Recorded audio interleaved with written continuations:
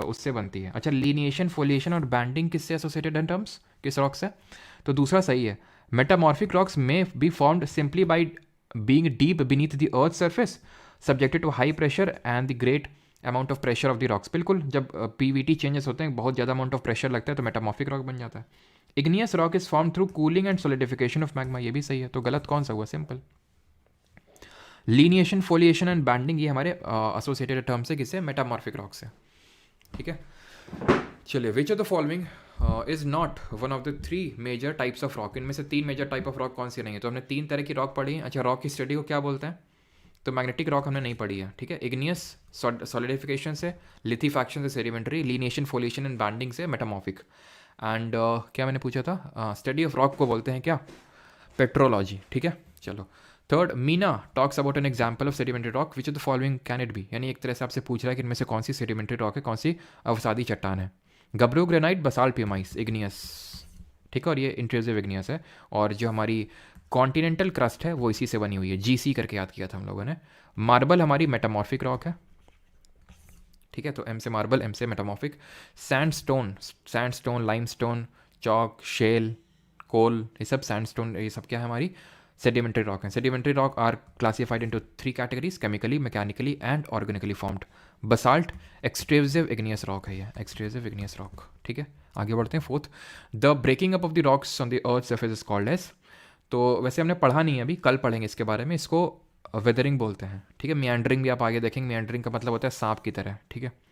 Fifth, what types of rock is granite? Granite किस तरह की रॉक है, बताइए।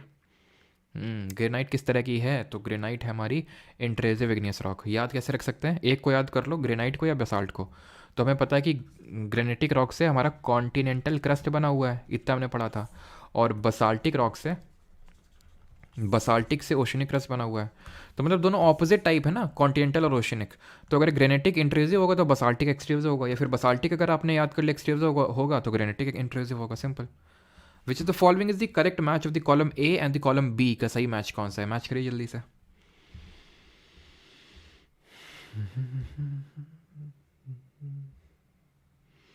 अमिताभ, चैन, वृंदा, निकिता, पंपा, सबका सही है। चलो, तो अगर हम बात करें सेडिमेंट्री रॉक की, तो सेडिमेंट्री रॉक इग्नियस की अगर हम बात करें तो गब्रो ग्रेनाइट, बसाल्ट पियमाइस। सेडिमेंट्री की अगर हम बात करें, स्टोन लास्ट में दिखेगा। मेटामॉर्फिक हमारी हो जाएगी कौन सी? ग्नीस हो जाएगी। ठीक है, ग्नीस। चलो, तो ग्रेनाइट से बनती है ग्नीस, है ना। ग्रेनाइट को हमें पता है, अगर इसमें पीवीटी चेंजेस करवाएंगे तो ग्नीस बन जाती है। तो आंसर क्या होगा? बीएससी। कहाँ है बीएससी? Option number D. अगला क्वेश्चन करिए। Which are the two most important minerals found in the rocks? Rocks में जो दो सबसे इंपॉर्टेंट मिनरल्स हमें देखने को मिलते हैं वो कौन से हैं? Sir, I'm a student of batch 2.0. I am applying the code SSC in capital letters. It's showing invalid always. Even my Jan magazine is showing unlocked. तो इरिट्रिया घोष पता है आपको ये क्यों आपको देखने को मिल रहा है? बिकॉज आप उस आईडी से एप्लीकेशन पर लॉगिन नहीं होंगी। ठीक है, जिससे आपने कोर्स को परचेज किया होगा, वो आपको आइडेंटिफाई नहीं कर पा रहा है। वो आपको आइडेंटिफाई तभी करेगा, ऐसा नहीं कि अच्छा ये तो इरिट्रिया जी है, नहीं नहीं नहीं। वो तभी आइडेंटिफाई करेगा जब आप सेम अकाउंट से लॉगिन करेंगी। ठीक है, और अगर कैपिटल में किया तो स्मॉल लेटर्स में कर लीजिएगा एक बार। स्मॉल लेटर्स या तो ये होगा स्मॉल लेटर्स वाला, जो कि मुझे नहीं लगता है इसकी वजह से होगा। मेन ये कि आप उस आईडी से लॉगिन नहीं होगी इस वजह से। ठीक है, आंसर यहाँ पे होगा फेल्ड्स्पार एंड क्वार्ट्ज, मैंने बताया था। Feldspar and quartz is the most common minerals found in the rocks. On which type of rock? Igneous and sedimentary. Which of the following rocks formed when shale undergoes metamorphism? Shale में जब metamorphism होता है तो क्या बनता है? Granite बनता है। शेल किस तरह की रॉक होती है? हमारी सेडिमेंट्री रॉक होती है। सेडिमेंट्री यानी कि इसको बोलते हैं अवसादी चट्टान। अब यहाँ पे देखिए, ग्रेनाइट से बनता है ग्नीस, शेल से बनता है स्लेट, सैंडस्टोन से बनता है क्वार्ट्जाइट। आई नो कि थोड़ा डिफिकल्ट है याद करना, बट CSIR का पेपर लीक हुआ है क्या पता नहीं, अभी तो किसी ने बोला था। ठीक है, तो सी एंड ओशन, सी छोटा होता है साइज में, ओशन बड़ा होता है काफ़ी साइज में। ठीक है, तो आंसर यहाँ पे क्या होगा? आंसर होगा यहाँ पे शेल का पूछना ना, तो स्लेट आंसर होगा। ठीक है, शेल का स्लेट होगा। सैंडस्टोन आपका क्वार्ट्जाइट में टर्न होता है। ठीक है, जी से ग्रेनाइट, जी से ग्नीस, एस से शेल, एस से स्लेट।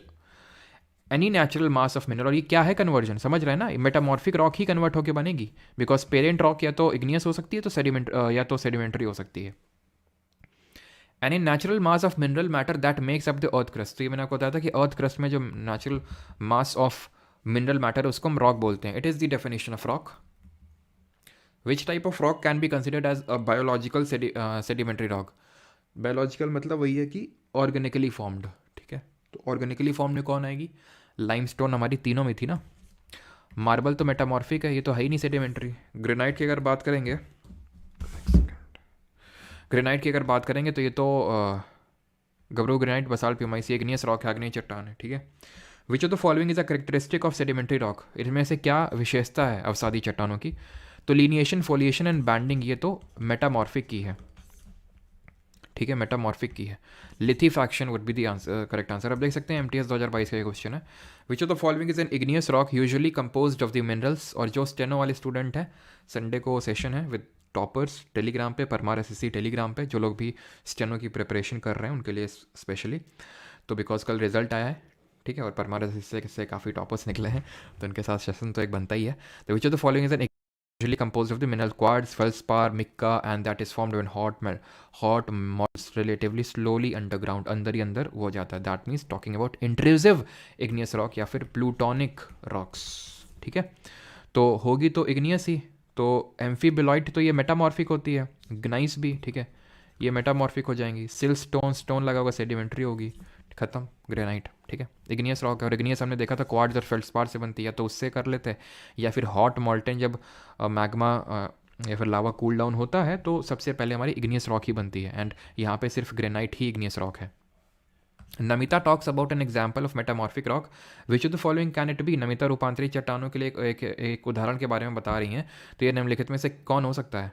यानी मेटामॉर्फिक रॉक का एग्जाम्पल आपसे पूछ रहा है। हेलाइट की अगर हम बात करें तो ये हमारी होती है सेडिमेंट्री रॉक, ठीक है, अवसादी चट्टान होती है, ये होती है मेटामॉर्फिक, तो ये आंसर हो जाएगा। ये सेडिमेंट्री होती है और ये भी सेडिमेंट्री ही होती है, ठीक। The steep rocky coast rising almost vertically above sea water is called as, नहीं पढ़ें, कल पढ़ेंगे, बोलते इसको सी क्लिफ है लेकिन कल पढ़ेंगे इसके बारे में, ठीक है। The core of great Himalayas is made up of, तो जो महान हिमालय उसका मूल भाग किससे बना हुआ है? अगेन हम लोग हिमालय वाले चैप्टर में भी इसको पढ़ेंगे, लेकिन याद कर लीजिए ग्रेनाइट से बना हुआ है कोर ऑफ हमारा हिमालयस, ठीक है। 16th, which of the following is determines the color, texture, chemical properties, minerals content and permeability of soil। तो जो सॉयल है तो उसका, जैसे कि हम बोलते हैं ये इग्नियस रॉक है, ये सॉरी इग्नियस रॉक है, ये एलुवियल सॉयल है या फिर रेड सॉयल है। तो रेड सॉयल क्यों है? क्योंकि जिस रॉक से, जो सॉयल है वो रॉक से बनती है, सालों लगते हैं, लाखों साल लगते हैं, ठीक है। तो वो रॉक से सॉयल बनी, तो जब सॉयल बनी ना तो उसका कलर रेड इसलिए है बिकॉज जो उसकी पेरेंट रॉक थी वो रेड कलर की होगी, जिसमें आयरन का कंटेंट होगा, आयरन ऑक्साइड का कंटेंट होगा। तो पेरेंट रॉक जो है वो किसी भी सॉयल का डिटरमाइन करती है कि उसका कंटेंट या फिर टेक्सचर कैसा होगा। मशरूम रॉक्स अगेन कल पढ़ेंगे, ये आपको देखने को मिलता है, ग्लेशियल नहीं, डिपोजिशन सीवियस नहीं, वाटर नहीं, विंड इरोजन की वजह से देखने को मिलता है, इस तरह की रॉक होती है वो, ठीक है, वो कल देखेंगे हम लोग। What type of rocks were once igneous or sedimentary but have metamorphized as a result of intense heat or pressure? सबका सही है, आनंद, समाप्ति, अंजलि, संजू, प्रियंका, अभिषेक, पाटीदार, अनुराधा, सबका सही है। तो अगर हम बात करें तो यहाँ से किसके बारे में पूछ रहा है? मेटामॉर्फिक रॉक का एग्जांपल हमसे पूछ रहा है। बसाल्ट, इग्नियस है, सैंडस्टोन, सेडिमेंट्री, क्वार्ट्जाइट सही आंसर हो जाएगा। क्वार्ट्ज नहीं, क्वार्ट्ज मिनरल है, ध्यान रखना, ठीक है। ग्रेनाइट कैसा है? ये भी इग्नियस रॉक है। इग्नियस, सेडिमेंट्री, इग्नियस, कैसा इग्नियस? एक्सक्लूसिव इग्नियस, ठीक है। What resources is found in sedimentary rock on the western and eastern flanks of the peninsula in Gujarat? तो कौन से हमें रिसोर्सेज मिलते हैं? वही कॉन्टिनेंटल शेल्फ में। कॉन्टिनेंटल शेल्फ मतलब वो मुंबई हाई, ऑफशोर, ये सब, यहाँ पे हम पेट्रोलियम निकालते हैं, तेल निकालते हैं, ठीक है। अगला है 20th, which of the following rocks float on water? बताइए, ग्रेनाइट, ऑब्सीडियन, प्यूमाइस, स्लेट। तो मैंने आपको बताया भी था, याद आ रहा है आपको? कौन सी रॉक पोरस होती है, बहुत पोरस होती है, इसकी वजह से ये फ्लोट करने लगती है वाटर में, तो ये होगी आपकी प्यूमाइस। गब्रो ग्रेनाइट, बसाल्ट, प्यूमाइस, यानी कि इग्नियस रॉक है, ठीक है। आगे बढ़ते हैं। विच of the following is coarse grain igneous rock that contains quartz and feldspar? Quartz and feldspar किस में देखने को मिलता है मेनली हमें? बिल्कुल सही है, भूमिका, रजनीश, मुग्धा, सही है सभी का। तो सही आंसर यहाँ पे होगा ऑप्शन नंबर ए, ग्रेनाइट, ठीक है। बसाल्ट भी आपकी इग्नियस ही है, लेकिन quartz and feldspar mainly granite. Granite का हमारा कोर जो हिमालय का वो ग्रेनाइट का बना हुआ है। मार्बल हमारा कैसा है? मार्बल हमारा मेटामॉर्फिक रॉक है। Which of the following types of rocks are form by the lithification process? Lithification मतलब वही कॉम्पैक्शन वाला। तो कौन बनता है इससे? हमारा सेडिमेंट्री रॉक, यानी कि अवसादी, ठीक है, अवसादी चट्टान है। लीनिएशन, फोलिएशन, बैंडिंग, ये जो हमारे टर्म्स हैं एसोसिएटेड है मेटामॉर्फिक रॉक से। Dash plains are form due to the weathering of soluble rocks such as limestone and dolomite. तो वेदरिंग से बनते हैं। अब वेदरिंग का मतलब वही है कि एक्सोजेनस एजेंट्स काम कर रहे हैं, बाहरी एजेंट्स काम कर रहे हैं, विंड, वाटर, ग्लेशियर, उसको तोड़ेंगे, उसको ट्रांसपोर्ट करेंगे, उसका कॉम्पैक्शन एंड लिथीफैक्शन करेंगे एंड बना देंगे सेडिमेंट्री रॉक। ठीक है, अब आते हैं कॉन्टिनेंट्स एंड ओशियंस वाले क्वेश्चंस पे। मैंने भी 2.0 बैच परचेज़ किया, बट ऐप में लाइव क्लास का नोटिफिकेशन ही नहीं आ रहा है। अरे भैया सैंडी जी, लाइव क्लास तो यहीं पे चलती है ना, यूट्यूब पे ही, फिर ये रिकॉर्डेड फॉर्मेट में जाती है एप्लीकेशन पे, तो इसलिए आपको नोटिफिकेशन वहाँ थोड़ी ना आएगा, यूट्यूब से नोटिफिकेशन आएगा, है ना। आइडेंटिफाई द मीनिंग ऑफ कॉन्टिनेंटैलिटी पढ़ाया नहीं अभी, और आगे हम पढ़ेंगे इसके बारे में, अच्छे से पढ़ेंगे, बहुत अच्छे से पढ़ेंगे। अगर आप कर सकते हैं तो कर लीजिए। यहाँ पे वेरी हॉट ड्यूरिंग सॉरी उल्टा लिखा हुआ है, very hot during summer and very cold, इसका मतलब ये होता है, लेकिन अगर नहीं पता तो एकदम स्किप मारिए इसको अभी, ठीक है, हम आगे पढ़ेंगे। विच is the largest continent in the world, तो चाहे पॉपुलेशन के टर्म से बात कर लो, चाहे एरिया के टर्म से बात कर लो, रोमन विश्वास, लेकिन स्पैम मत करो। तो जीडी के लिए कोई टिप्स दे दो जीके का, और लास्ट में रोमन अभी क्वेश्चन पे फोकस करो, ठीक है। 18 में कन्फ्यूज़न है, क्या कन्फ्यूज़न है 18 में, एक second.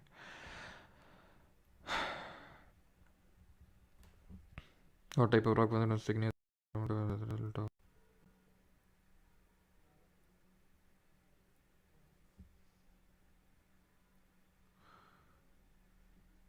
What type of rocks were once igneous, और सॉरी तो क्वार्टजाइट ही तो होगा आंसर, मेटामॉर्फिक रॉक होगा ना इसका आंसर, दिक्कत क्या है, यही आंसर होगा। चलिए तो यहाँ पे हम बात कर लेते हैं which is the largest continent in the world, ये होगा हमारा Asia, option number D answer सही आंसर होगा, चाहे एरिया वाइज चाहे पॉपुलेशन वाइज। अफ्रीका सेकंड नंबर पे आता है, चाहे एशिया वाइज चाहे पॉपुलेशन वाइज, ठीक है।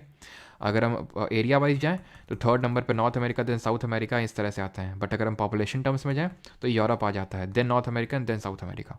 26 which of the following countries belong to polar regions, ध्रुवीय क्षेत्रों से कौन से संबंधित, तो कनाडा है, ठीक है, आपको पता है तो ठीक है, नहीं तो धीरे धीरे आप चीज़ें करेंगे ना अभी तो सब याद, सब समझ में आ जाएगा, ठीक है, कि कनाडा वहाँ पे ऊपर है, नॉर्थ अमेरिका से ऊपर है। The dash is the extended margin of each continent occupied by relatively shallow seas and gulfs. Extended margin है कॉन्टिनेंट का एक्सटेंडेड मार्जिन है, लिटिल डिक्लाइन है, 0.1 डिग्री से लेकर 1 डिग्री का डिक्लाइन है, इट इज़ कॉन्टिनेंटल शेल्फ, याद करिए, continental shelf, then continental slope, then continental rise, then abyssal plains, ये पूरा ऑर्डर है। और इस अबिसल प्लेन्स में हमें माइनर रिलीफ फीचर्स देखने को मिलेंगे, जैसे कि सी माउंट, इसका मुंह उड़ गया, ऊपर का टॉप का उड़ गया, क्या बन गया, ग्योट बन गया, ठीक है। इसी में मेजर रिलीफ फीचर में हमारे मिड ओशनिक रिजेस भी आते हैं। अटोल आपका माइनर रिलीफ फीचर होगा। Through which of the following actions does the lithosphere move over the asthenosphere, तो लिथोस्फीयर की जो प्लेट्स हैं वो एस्थेनोस्फीयर के ऊपर मूव करती हैं, डांस करती हैं, हमने पढ़ा है किस वजह से मूव करती हैं, इसको बोलते हैं कॉन्टिनेंटल ड्रिफ्ट।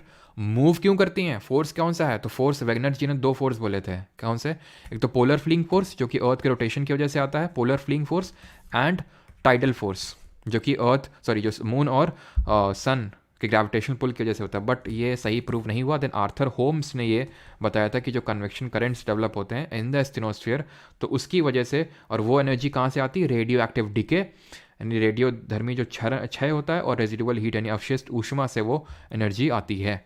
ये आर्थर होम से बोला था, जिसको एक्सेप्ट किया गया। Millions of years ago the Indian subcontinent was separated from the mainland by large sea known as, वही जिसकी सी की मैं चर्चा कर रहा था कि इंडियन प्लेट है, ये यूरेशियन प्लेट है। जब ये आपस में यहाँ पे गया तो यहाँ पे पहले टेथीस सी हुआ करता था, टेथीस सागर होता था यहाँ पे, ठीक है। तो ऑप्शन नंबर है, ये क्या है, एंजिना तो नहीं पढ़ा हम लोगों ने, इस तरह से पढ़ा था कि ये लॉरेशिया था, लॉरेशिया एंड सही लॉरेशिया बोल रहा हूँ, ये पैंजिया था हमारा, पैंजिया, और ये था पैंथलासा, ठीक है। मतलब कि मैं फिर से इसको हटा देता हूँ, किस तरह से हमने पढ़ा था कि लैंड मास एक साथ था जिसको हमने बोला पैंजिया, पानी पूरा एक साथ था जिसको बोला पैंथलासा। ये पैंजिया 2 भागों में टूटा, ऊपर गोंडवाना लैंड, मतलब नीचे ऊपर लॉरेशिया और नीचे Gondwana land. India was a part of Gondwana land, ये ध्यान रखना, इंडिया जो है वो गोंडवाना लैंड का हिस्सा था। देन फिर इंडिया फिर से ऊपर मूव करना स्टार्ट किया। विच of the following plates has the slowest rate of movement at the less than 2.5 centimetre per year, देख सकते हैं कितना कम मूवमेंट होता है, बट 1000 यानी कि कोई भी जोग्राफिकल मेजर, जितने भी हमारे जोग्राफिकल इंपॉर्टेंट फिनोमिना हैं, चेंजेस हैं, उनको होने के लिए हज़ारों लाखों साल लगते हैं। तो 2.5 सेंटीमीटर पर ईयर सबसे स्लोवेस्ट रेट है हमारा किसका, ये है आर्कटिक रिज का, ऑप्शन नंबर ए यहाँ पे सही आंसर होगा। Due to attraction of the sun and moon what is the frequency of up and falls of ocean water in a day, इसको टाइड बोलते हैं, ज्वार भाटा बोलते हैं, लेकिन हमने अभी पढ़ा नहीं है, वैसे आंसर इसका 2 होगा, लेकिन हमने अब आगे पढ़ेंगे तो समझ में आएगा इसके बारे में। What is the rate of the heating and cooling of the ocean water compare to land, पानी लैंड के कंपैरिजन में जल्दी गर्म ठंडा होता है फिर देर से, तो आंसर होगा देर से। ये फिर से हम देखेंगे जब लैंड और सी ब्रीज में आपको पढ़ाऊंगा, तो वहाँ पे कॉन्सेप्ट काम आएगा। तो अभी के लिए याद कर लेना कि जो पानी होता है लैंड के कंपैरिजन में देर से गर्म होता है और देर से ठंडा होता है। लैंड जल्दी गर्म जल्दी ठंडी होती है। What is the largest continental shelf in the world? सबसे बड़ा कॉन्टिनेंटल शेल्फ याद आ रहा है आपको? मैंने बताया था सबसे बड़ा कॉन्टिनेंट, सबसे वाइड कॉन्टिनेंटल शेल्फ कहाँ का है? तो मैंने बताया था साइबेरिया का है। साइबेरिया आपको रशिया के पास देखने को मिलेगा, जहाँ से हमारे नोवाक जोकोविक है। ठीक है, तो ऑप्शन नंबर डी यहाँ पे सही आंसर होगा। और ये अभी जो ऑस्ट्रेलियन ओपन हुआ था, ये कौन जीता था, किसने जीता था जरा बताइए? हैं, नोवाक जोकोविच तो जीता नहीं था, किसने जीता था? डेनियल मेडवेडेव को हरा के। The percentage of earth's water found in the ocean is, तो जिसने भाई जनवरी करंट अफेयर मैगजीन पढ़ी है उसी को ये आंसर आएगा। तो आंसर क्या होगा यहाँ पे? परसेंटेज ऑफ अर्थ्स वाटर तो कितना है जो ओशन में पाया जाता है? 97.2%। Option number B, D D Pacific. Siberia सबका सही है। सर बैच और पीवाईक्यू दोनों कर सकते हैं, करने को तो कर सकते हैं, लेकिन इंपॉर्टेंट ये है कि बाकी सब्जेक्ट्स हैम्पर ना होने चाहिए। बाकी सब्जेक्ट्स भी आपको मेंटेन करके चलने हैं। ठीक है, इस तरह से करना है आपको। आपकी करंट अफेयर मैगजीन कहाँ है? यश यश एप्लीकेशन पे कोर्सेज सेक्शन में जाएंगे तो वहाँ पे करंट अफेयर्स करके आपको एक दिख जाएगा कोर्स करके। ठीक है, तो वहाँ पे है वो current affairs magazine. Mariana trench किस ओशन में है? ये पैसिफिक ओशन में, प्रशांत महासागर में 11 किलोमीटर डीप है ये। ठीक है, सिनर, पूरा नाम लिख दो यार, है पूरा नाम लिखने में तुम लोग को शर्म आ रही है। Jannik Sinner. ठीक है, विमेन में कौन जीती हैं? अरायना सबलंका जीती हैं। और डबल्स में तो हमारे कौन जीते हैं? एक तो हमारे इंडिया के रोहन बोपन्ना और एडविन जी जीते हैं, जो कि ऑस्ट्रेलिया से ही है। ठीक है, इन दोनों का डबल्स में जीते हैं ऑस्ट्रेलियन ओपन। ठीक है, चलिए ये क्या है? ये मरियाना ट्रेंच, थोड़ा सा यहाँ पे आप अगर देख पा रहे हैं तो ये 11 किलोमीटर डीप है। ठीक है, चैलेंजर डीप पॉइंट है यहाँ पे। अगला है हमारा, which is a circular basin covering an area 5.427 million square miles surrounded by north America and Eurasia. North America और यूरेशिया को सराउंड कर रहा है, उत्तरी अमेरिका और यूरेशिया से घिरा हुआ। ठीक है, तो ये आर्कटिक ओशन हो जाएगा आपका। ठीक है, सर्कुलर फॉर्म है। ऑप्शन नंबर ए। बिल्कुल डिपेंड करता है अभिषेक गुप्ता, जैसे कि मैंने बताया साइबेरिया में बहुत वाइड है वो, साइबेरिया में सबसे वाइड है, कहीं कहीं पे उतना वाइड नहीं होता है वो। ठीक है, ओल्डेस्ट भी है वो पन्ना, बिल्कुल सबसे ओल्डेस्ट भी है हमारे, जो फाइनल्स में पहुंचे, जिन्होंने ग्रैंड स्लैम एक टाइटल जीता है, सबसे ओल्डेस्ट टेनिस प्लेयर हैं Rohan Bopanna ji. What is the average salinity of the Indian Ocean? जोकोविच, okay okay okay, yes yes, Serbia से है, नॉट साइबेरिया। यस, सर्बिया से है वो। ओके,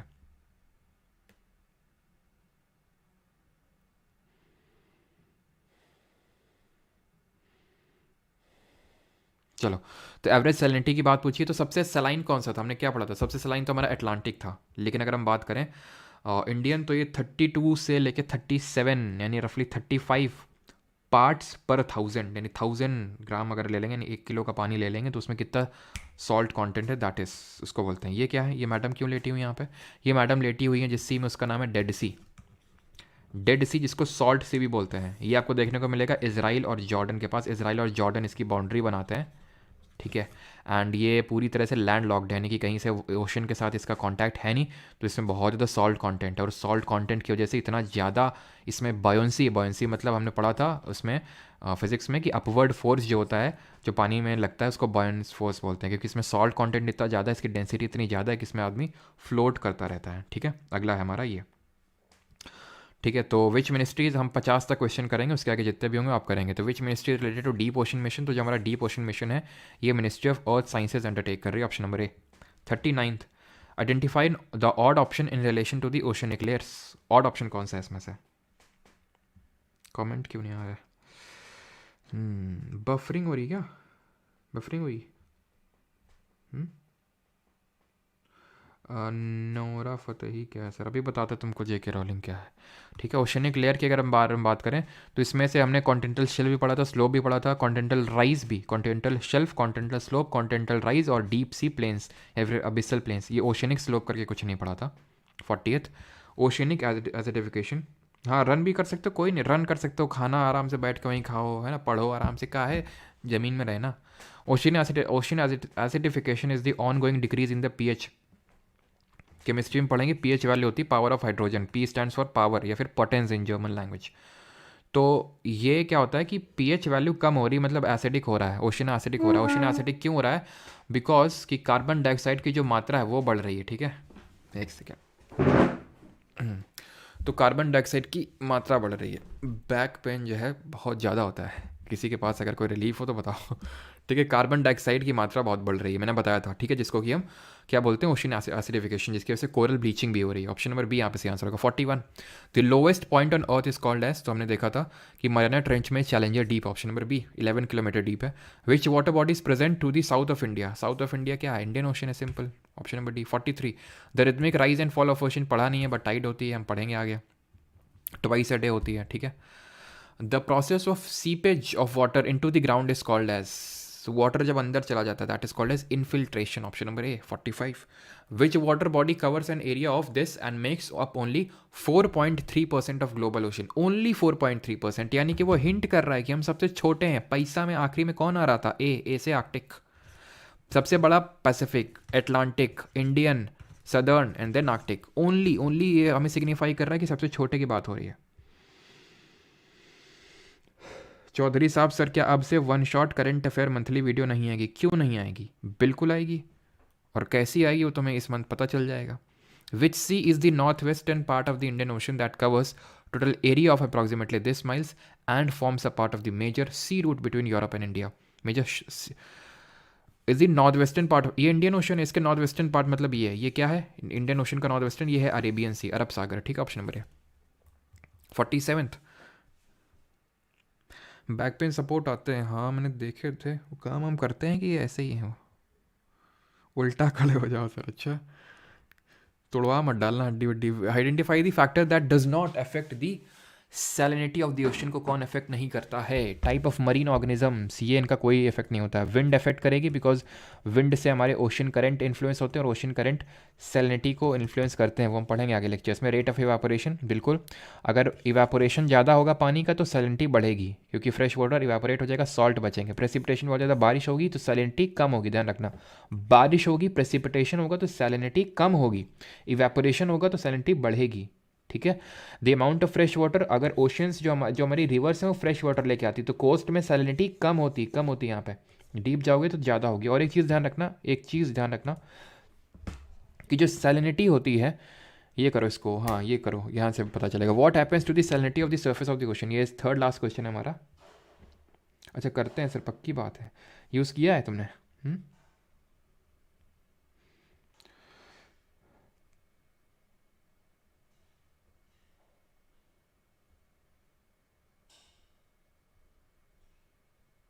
चलो, तो अगर हम बात करें सैलिनिटी ऊपर से नीचे में बढ़ती है, ठीक है, क्यों? क्योंकि जो सॉल्ट होते हैं वो डेंसर होते हैं, तो नीचे जाएंगे तो सेटल डाउन करेंगे तो सैलिनिटी बढ़ेगी, increases. What happens to the salinity of the surface of the ocean, decreases by the loss of water. ये खैर क्वेश्चन अलग है, ध्यान रखना इसमें कि जो सैलिनिटी होती है ऊपर से नीचे जाने में बढ़ती है, लेकिन एक ऐसी लाइन आती है हेलोक्लाइन जिसको बोलते हैं, हेलो का मतलब ध्यान रखना, halo is a root word for salinity, जहाँ से सैलिनिटी एकदम से बढ़ती है उसको हेलोक्लाइन बोलते हैं। ऊपर से नीचे जाने में टेम्परेचर ओशन का घटेगा कि बढ़ेगा, ये कमेंट बताइए। तो salinity increases by the precipitation, गलत है ये, पानी बरसेगा तो सैलिनिटी लवणता कम होगी। Decreases by the loss of water to ice और इवेपोरेशन, इंक्रीजेस यानी कि आंसर इन्हीं में से होगा। डिक्रीजेस बाय द ट्रांसपिरेशन, देखो loss of water to ice और इवेपोरेशन, आइस जो होता है इवेपोरेशन हो जाएगा तो यानी कि सैलिनिटी बढ़ेगी, ऑप्शन नंबर सी। आइस जो बनती है, जो ग्लेशियर बनते हैं, ग्लेशियर फ्रेश वाटर का सोर्स होता है, सबसे ज़्यादा जो फ्रेश वाटर है, पीने योग्य पानी है, वो आइस कैप्स एंड ग्लेशियर्स में ही देखने को मिलता है। तो जब आइस कैप्स एंड ग्लेशियर्स बनते हैं तो फ्रेश वाटर होता है, सैलिनिटी हटा देते हैं वो, तो इंक्रीज कर जाएगी सैलिनिटी। टेम्परेचर जो होता है ऊपर से नीचे जाने में, ऊपर सनलाइट आती है तो टेम्परेचर ज़्यादा होगा, नीचे सनलाइट नहीं जाती तो टेम्परेचर कम होगा। एक ऐसी लाइन होती है जिससे नीचे जाने में टेम्परेचर रैपिडली डिक्रीज होता है and that is called as thermocline. Thermo is a root word for temperature, तो हेलोक्लाइन और थर्मोक्लाइन याद रखिएगा। Second last question of the day, identify the shallowest part of the ocean, एकदम आसान question है ना। तो हमारी उसके बाद जो हमारा कोस्ट होता है उसके बाद कॉन्टिनेंटल शेल्फ स्टार्ट होती है, जिसकी 0.1 डिग्री समथिंग एक तरह से डिक्रीज, मतलब वो एलिवेशन होता है, ठीक है। Continental shelf, slope, then rise, then abyssal plains. The last question for the day is, which water body is the world's third largest ocean spread over an area of this on the Earth's surface? तो third largest, Pacific, Atlantic, Indian, पैसा यानी Indian, option number D. अब जितने question है ये सब आप करेंगे, आपके लिए होमवर्क है, ठीक है। 62। चलिए, हाँ हाँ समझ गया, इनविंसिबल आपने यूज़ किया है और पक्की बात है हम भी यूज़ करेंगे अब। हाँ, प्राची, कटियार, अंशिका, शिवानी, पंपा, अमिता, सबका सही है।